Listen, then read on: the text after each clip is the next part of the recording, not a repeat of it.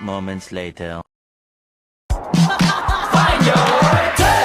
그대와 함께 달려 Ready for action, let's go 추억 건물을 찾으러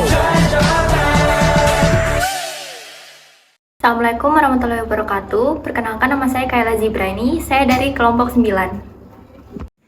Halo, perkenalkan nama saya Jevi Septian Salas.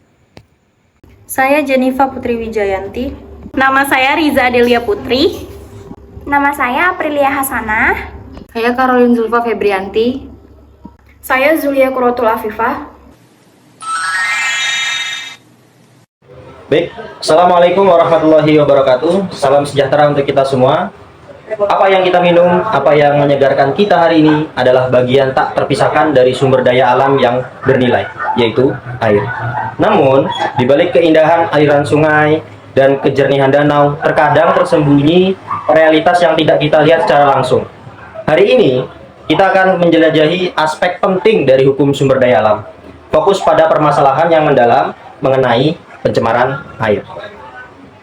Pencemaran air tidak hanya sebuah isu, tetapi juga tantangan serius yang membutuhkan perhatian kolektif. Dan untuk memahaminya, marilah kita memasuki dunia undang-undang yang mengaturnya. Kita di sini akan berbicara tentang peraturan klasifikasi tentang undang-undang. Hari ini kita akan melakukan klasifikasi undang-undang yang berkaitan dengan pencemaran air. Tapi jangan khawatir, kami akan membimbing Anda melalui istilah-istilah hukum yang mungkin terdengar rumit, akan tetapi menggunakan bahasa yang sederhana. Baik, klasifikasi pencemaran air dalam undang-undang. Yang pertama, dalam pasal 98 dan atau pasal 104 junto pasal 116 ayat 1 huruf B Undang-Undang Republik Indonesia Nomor 32 Tahun 2009 tentang perlindungan dan pengelolaan lingkungan hidup sebagaimana diubah dengan Undang-Undang Nomor 11 Tahun 2020 tentang Cipta Kerja junto pasal 55 ayat 1 KUHP. Kemudian Undang-Undang Nomor 17 Tahun 2019 tentang sumber daya air mencabut Undang-Undang Nomor 11 Tahun 1974 tentang pengairan. Kemudian Lembaran Negara Tahun 1974 Nomor 65 tambahan Lembaran Negara Nomor 3046 dinyatakan tidak berlaku. Intinya, dari peraturan yang telah disebutkan di atas, yaitu Peraturan Pemerintah Nomor 22 Tahun 2021 mengatur aspek-aspek krusial terkait lingkungan hidup. Ini mencakup persetujuan lingkungan, perlindungan dan pengelolaan mutu air, udara, dan laut. Lalu, pengendalian kerusakan lingkungan juga termasuk pengelolaan limbah B3 dan limbah non-B3, data penjamin untuk pemulihan fungsi lingkungan hidup, sistem informasi lingkungan hidup, serta masih banyak lagi. Selanjutnya, untuk pengawasan dan penegakan hukum lingkungan hidup dilakukan untuk memastikan bahwa rencana untuk memulai suatu usaha atau kegiatan dijalankan sesuai dengan aturan yang telah ditetapkan. Ini seperti memastikan bahwa ketika kita membuat rencana untuk melakukan sesuatu, kita mengikutinya dengan benar. Dan jika kita tidak mengikuti rencana tersebut, ada konsekuensinya atau akibat yang harus kita terima. Setiap penyebab pasti ada akibatnya.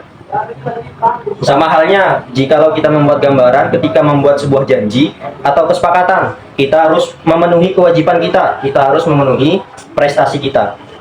Kemudian, penerapan ini dilakukan dengan prinsip terakhir yang digunakan. Dan jika terjadi pelanggaran, akan ada langkah-langkah administratif yang diambil untuk menangani masalah tersebut. Melalui adanya Peraturan Pemerintah Nomor 101 Tahun 2014 tentang pengelolaan limbah, bahan berbahaya dan beracun. Lalu Peraturan Pemerintah Nomor 27 Tahun 2012 tentang izin lingkungan, Peraturan Pemerintah Nomor 82 Tahun 2021 tentang pengelolaan kualitas air dan pengendalian pencemaran air, dan masih banyak lagi. Berikut yang telah disebutkan di atas adalah klasifikasi undang-undang atau instrumen ekonomi lingkungan hidup berkaitan dengan undang-undang dan lain sebagainya. Definisi pencemaran air dan sumber daya air. Pencemaran air sendiri itu adalah suatu perubahan keadaan di suatu tempat penampungan air seperti danau, sungai, waduk, laut, dan air tanah akibat aktivitas manusia yang dapat menyebabkan perubahan kualitas air dan berdampak negatif pada lingkungan dan serta juga kesehatan manusia. Tercemarnya sumber air itu bisa disebabkan oleh berbagai aktivitas manusia dan faktor alami. Lalu untuk sumber daya air sendiri itu salah satu sumber daya alam yang berguna untuk kehidupan manusia dalam memenuhi kebutuhan sehari-hari di berbagai sektor. Kehidupan sumber daya air juga termasuk sumber daya alam yang tidak hidup atau biasa kita sebut abiotik, namun dapat diperbaharui. Baik, di sini saya akan menjelaskan sanksi administratif. Sanksi administratif pencemaran sumber daya air dapat diberlakukan berdasarkan berbagai peraturan yang mengatur tentang lingkungan hidup.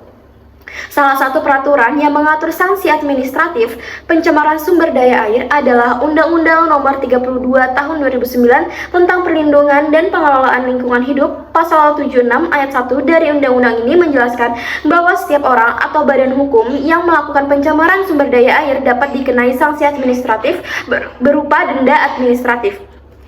Pemanfaatan sumber daya air. Sumber daya air harus dikelola secara menyeluruh, terpadu, dan berwawasan lingkungan dengan tujuan untuk mewujudkan pemanfaatan sumber daya air yang berkelanjutan guna kemakmuran rakyat dengan pengertian.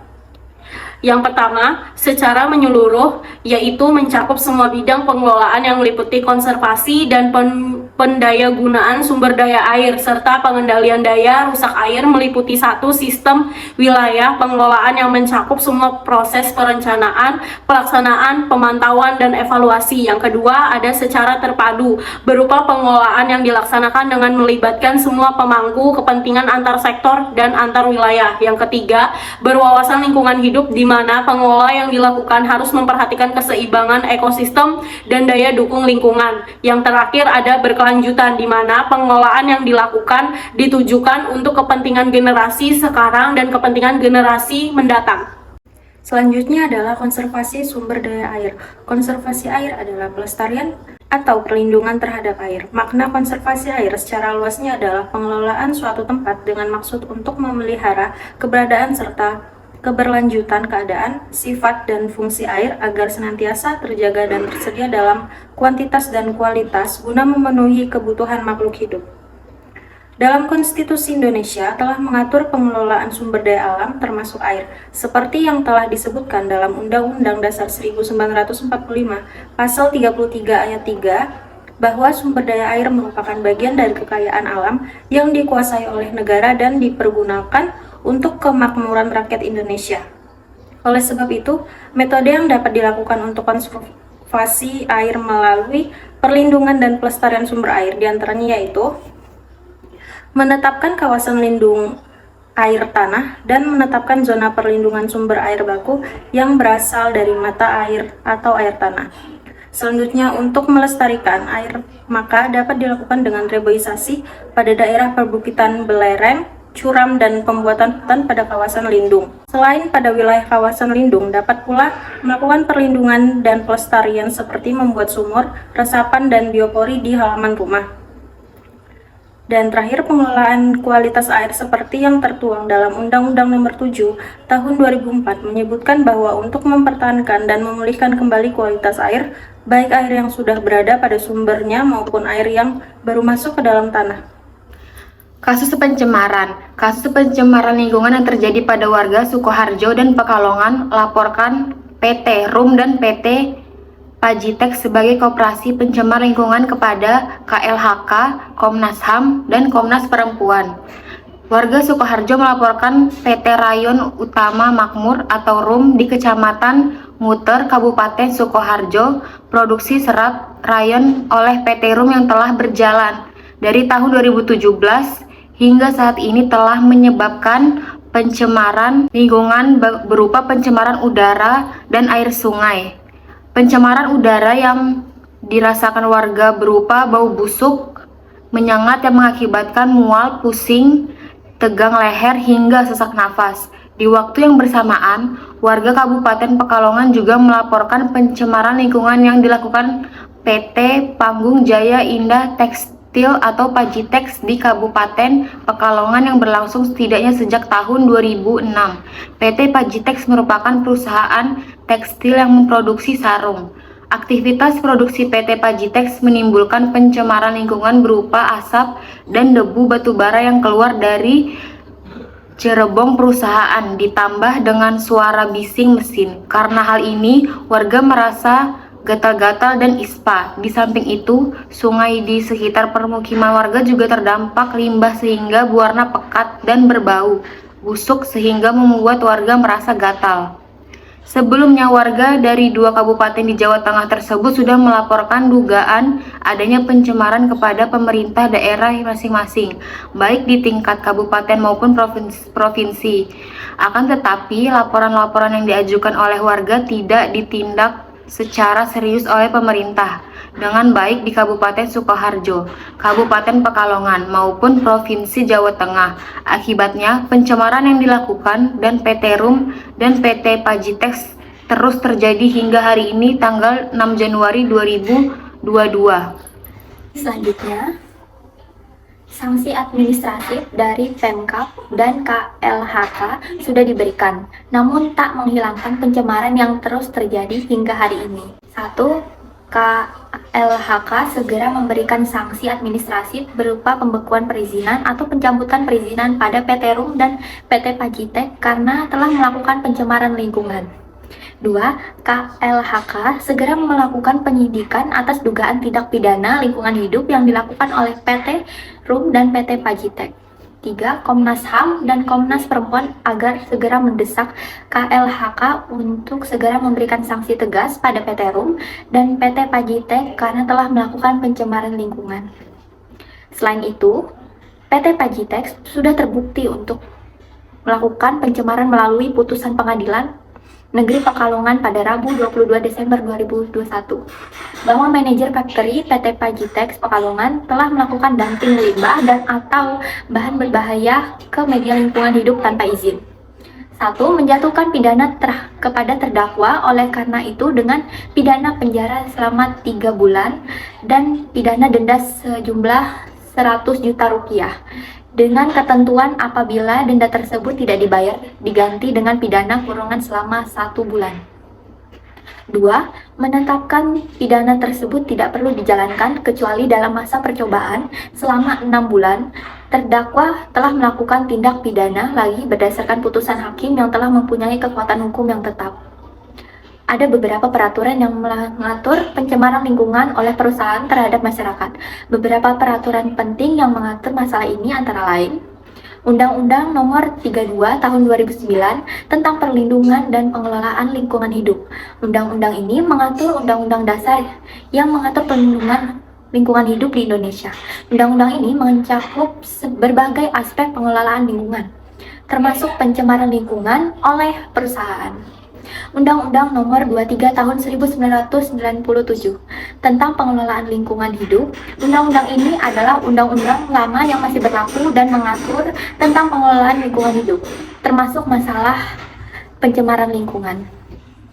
Lalu, Peraturan Pemerintah Nomor 101 Tahun 2004 tentang Pengelolaan Limbah Bahan Berbahaya dan Beracun.